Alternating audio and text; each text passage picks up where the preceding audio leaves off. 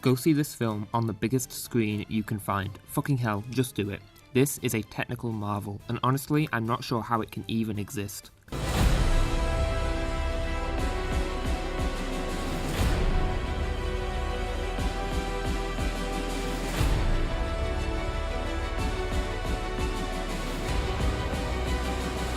"1917 is one of those movies that reminds me why I fell in love with movies in the first place.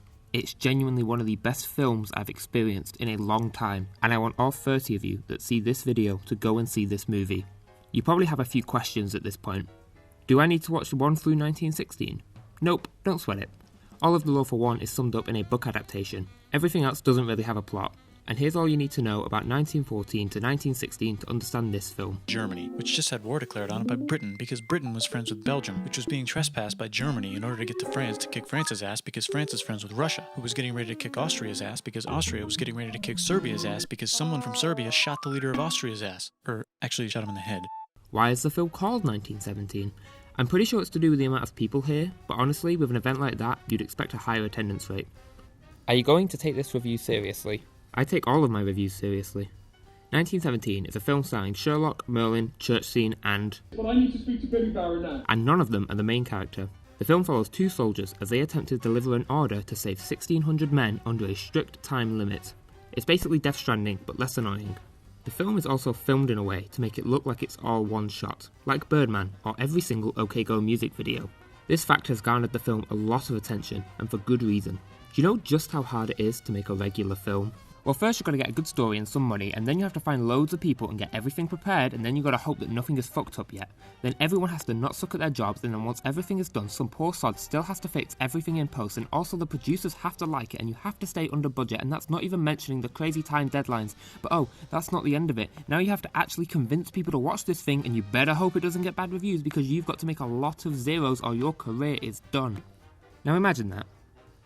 But also, you can't cut around anything. You can't change the script halfway through shooting because that would mean restarting filming as a whole. You also have to rely on natural light and have like 4 takes to get shots like this.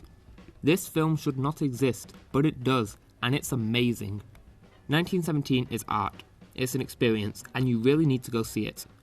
The story is very basic, but the way the filmmaking reinforces the story is something else. This tagline is actually true. Time is the enemy, and you really feel it. You're with these characters for their whole journey. No cuts, no jumps, no B-plots. It's all these two. Every minute is accounted for. Helping this is the sound. This film is quiet. There are very long stretches where the OST has to be somewhere apparently, because it's not here. However, when it comes in with purpose. This can be seen both ways. Personally, I like the score. When it was playing, I felt that it elevated the scene. However, my girlfriend, who helps me write these scripts for an alternative viewpoint, didn't like the score, and here's why.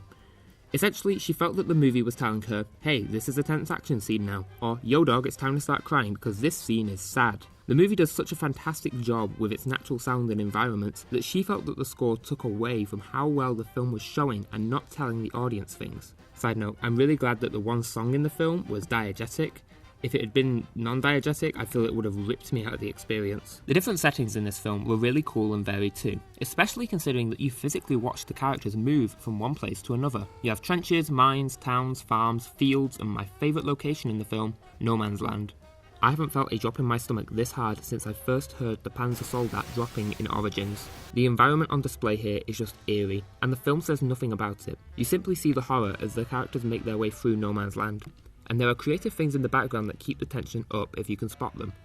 That's just one though. I'm not going to spoil anything here. Seriously, no spoiler section here guys. I do have a few more things to say before I go however. The cuts in this film are hidden very well on a technical level. If we're going by obvious cuts, then this film has around a dozen. There's a link to a behind the scenes video that shows you how they pulled some of this effect off. The gunshots in this film are fucking loud. There's one moment where 2 guns go off at the same time, and if I'd been sat too close to a speaker, my bones might have fractured. Speaking of guns, I'm a dum-dum. Okay, I lied. I have a minor spoiler about the amount of shots fired in the film. If you don't want to know, skip to this time. The characters in this film are using Lee Enfield rifles.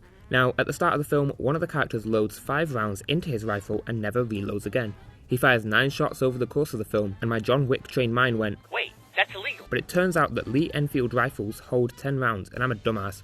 Basically, the character started the film with 5 rounds, because he's a soldier in an active war zone, and then topped off with an extra 5. This film even goes as far as to have the character fire a shot, and then not rechamber for a while, and then have to do that in their next enemy encounter.